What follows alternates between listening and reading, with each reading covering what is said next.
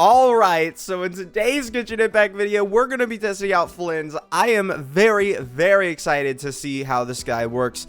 Basically, the main idea here is that we're going to go ahead and we're going to grab Deathmatch. I'm going to use that for the showcase. R1, R5 would typically be what I use, in terms of a DPS comparison. And I will activate this constellation once we see what kind of damage numbers we're doing here.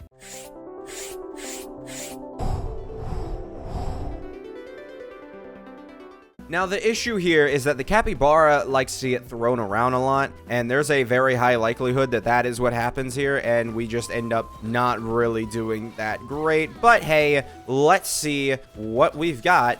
Boom, immediately 160 and then a 120. Yeah, see, as you see, dealing actual, damage there. 150 and then 120. Yeah, you guys can see, like, we do not have, the ability to really, like, hit this guy and go ham on him, right?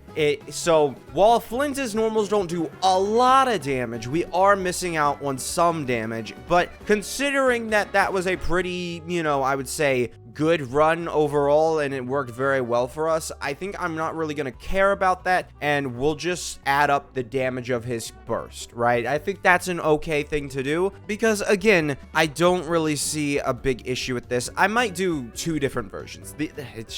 There's just an issue due to the capybara wanting to get knocked around a lot. So yeah, I'm gonna go ahead and activate this now, and we'll see the total team damage, and we'll see the total damage that he does now with the C1. So there we go. C1 is activated. We are now ready to go ahead and do a lot of stuff. I'll show my build towards the end, by the way. We have like 90% crit rate. It's pretty good. My deathmatch build is pretty good. So let's go ahead, let's get this going, and let's start this off. All right, so okay, grab an E skill from we're not going to talk about this, right? It's at the very beginning. He is really up there in the air, and when you're trying to spam and go as fast as possible, it is really hard to get this in.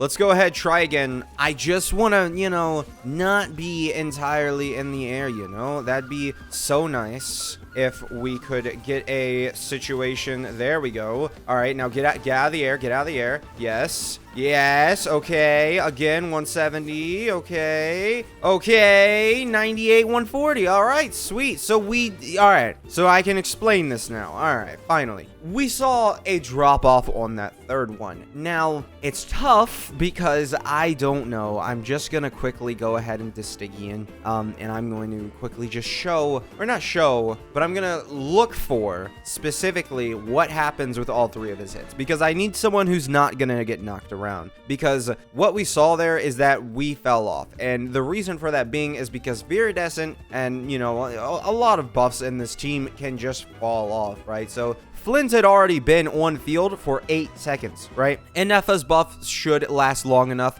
Aino's buff should also last long enough. Sucrose's, though, they are short, and they only last 10 seconds. And I'm specifically speaking about Thrilling Tales Dragon Slayer and Viridescent Video, because his C1 being an only like 230,000 damage increase does not sound right in any realm of possibility, As far as I can tell, getting the Sucrose buff is not very common. Simple as that. I think that's the easiest thing I can say, is that the Sucrose buff is not a very common buff to have, sadly. As sad as it is, it is not a very common buff.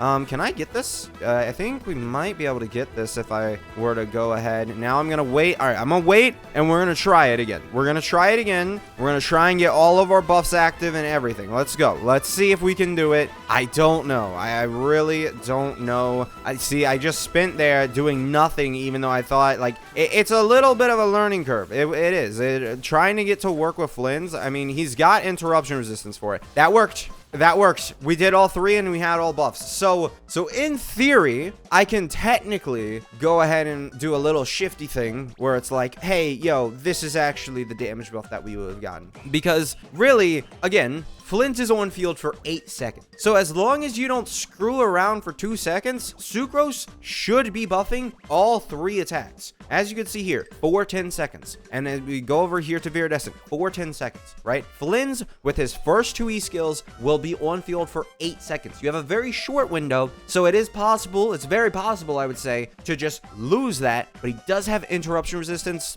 From what I could tell right there, seemed to be maximum, right? I don't think he can be interrupted. So it'll take some time to get used to. I think if you use Flins enough, you'll get it down to where it's not really going to be an issue for you. So I am going to go ahead. I will do a little cheeky, like, okay, here's the actual damage number we increased. Here's the adjusted one, and then here's obviously the team damage increase. Now, I don't know. Obviously, again, the Capybara issue with him is, one, he was up in the air so long. It was kind of hard. Really, I think I'll probably focus more on Flins' damage. I don't know where I'm gonna be testing, you know, this team, because the Capybara is such an awful enemy to test this character with, right? And don't forget that this constellation, alongside damage, it is also giving you elemental energy, which is very useful for Flins. Simple as that. I mean, you know, I combine this with his weapon. I mean, I am going to be regenerating 20 energy, you know, every 14 seconds, and then also what, it's, I guess 28 energy every 14 seconds is what it could be. You know, a very, very strong, you know, ability for Flins to have with a 30 cost burst, right? So you combine his C1 and his weapon, I mean, he's going to be looking very good, and that's why I got it. So, yeah, and don't, also keep in mind, this is a, you know, R1 deathmatch. This is a $10 weapon. I think this is worse than his R5 craftable. I do think that. But the issue is, I don't have the R5 craftable ready for him. I barely even got enough time to, like, get his own stuff ready. So, because again, my artifact build, not the greatest, right? I have 95% crit rate on this build. I guess I was going to show this. I have 95% crit rate, 188% crit damage, 130 energy recharge. Not the greatest build, honestly, right? If we come over here, we can see my crit rate is at 24% here and 100% crit damage. Now, you might think that's good. You might, but you'd be wrong, because, you know, to put it simply, an extra 15% crit rate and an extra, you know, 40% crit damage. Pretty good,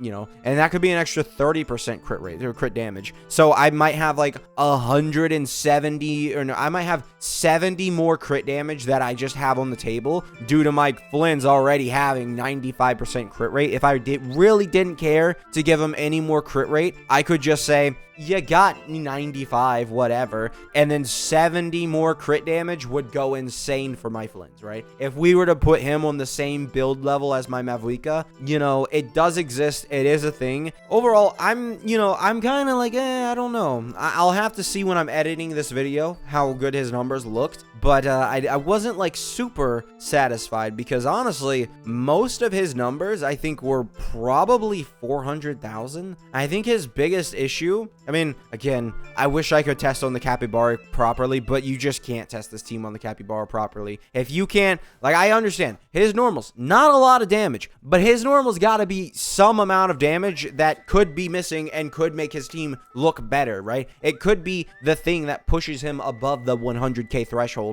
in terms of DPS. So I will be, you know, going ahead and I'll just show off his stuff, and I'll see what I can do on the number front. Thank you guys for watching. Make sure to subscribe, and I'll see you guys next time. Goodbye.